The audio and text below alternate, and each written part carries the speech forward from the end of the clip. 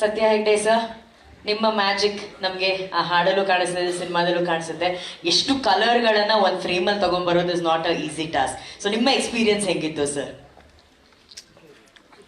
ಎಲ್ರಿಗೂ ನಮಸ್ಕಾರ. ಓಕೆ, ಒಂದು ಸಿನಿಮಾ ಮಾಡೋದೇ ಕಷ್ಟ.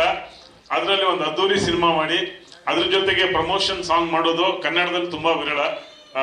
45ಗೆ ಅದನ್ನ ಮಾಡಿದ್ದಾರೆ. ಅದೆಲ್ಲ ಕ್ರೆಡಿಟ್ ನಮ್ಮ ನಿರ್ಮಾಪಕರಿಗೆ ಹೋಗ್ಬೇಕು. ಯಾಕಂದ್ರೆ ಒಂದು ಸಿನಿಮಾ ಮಾಡೋ ಬಜೆಟ್ ಅಷ್ಟು ಇದು ಸಾಂಗ್ ತಗೊಂಡಿದೆ. ಸೊ ಅವರ ಸಾಹಸನ ಮೆಚ್ಚಲೇಬೇಕು. ಅದೇ ತರ ನಮ್ಮ ಜಾನಿ ಮಾಸ್ಟ್ರು ಫಸ್ಟ್ ಟೈಮ್ ಅವ್ರ ಜೊತೆ ವರ್ಕ್ ಮಾಡಿದ್ರು.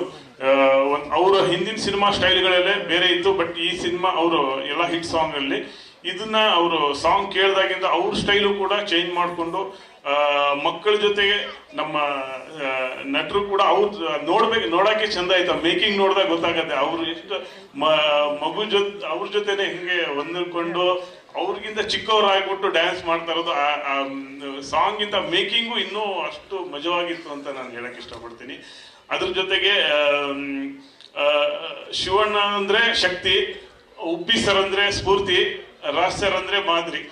ಹೀಗಾಗಿ ಅವರು 3 ಜನ ನಾವು ಸೇರಿ ಸಿನಿಮಾ ನಾವು ಮಾಡಿದ್ರಲ್ಲಿ ಈ ಸಿನಿಮಾದ ಇನ್ನೊಂದೇಂದ್ರೆ ಪ್ರಮೋಷನ್ ಸಾಂಗ್ ಅಲ್ಲಿ ಯೂಸಲಿ ಪ್ರಮೋಷನ್ ಸಾಂಗ್ ಮಾಡ್ಬೇಕಾದ್ರೆ ಅದ್ರಲ್ಲಿ ಒಂದು ಇಡೀ ಸಿನಿಮಾದ ಏನ್ ಹೇಳಕ್ ಹೊಟ್ಟಿದೆ ಅದೊಂದು ಮ್ಯಾಟ್ರ್ ಇಟ್ಕೊಂಡಿರ್ತಾರೆ. ಬಟ್ ನಿಮ್ಗೆಲ್ಲೂ ಆ ಹಿಂಟ್ ಬಿಟ್ಕೊಟ್ಟಿಲ್ಲ. ಪ್ರಮೋಷನ್ ಸಾಂಗ್ ತರ ಎಂಟರ್ಟೈನ್ ಮಾಡ್ಬೇಕಂತೇಳಿ ಅನ್ನೋ ಒಂದು ಇಟ್ಕೊಂಡು ಥೀಮ್ ಅಲ್ಲಿ ಮಾಡಿರೋದು. ಸೊ ಸಿನಿಮಾ ತುಂಬಾ ಎಂಟರ್ಟೈನಿಂಗ್ ಆಗಿದೆ. 25ನೇ ತಾರೀಕು ನಿಮ್ಗೆ ಡೆಫಿನೆಟ್ ಆಗಿ ಖುಷಿ ಕೊಡುತ್ತೆ ಅಂತ ಹೇಳ್ತೀನಿ.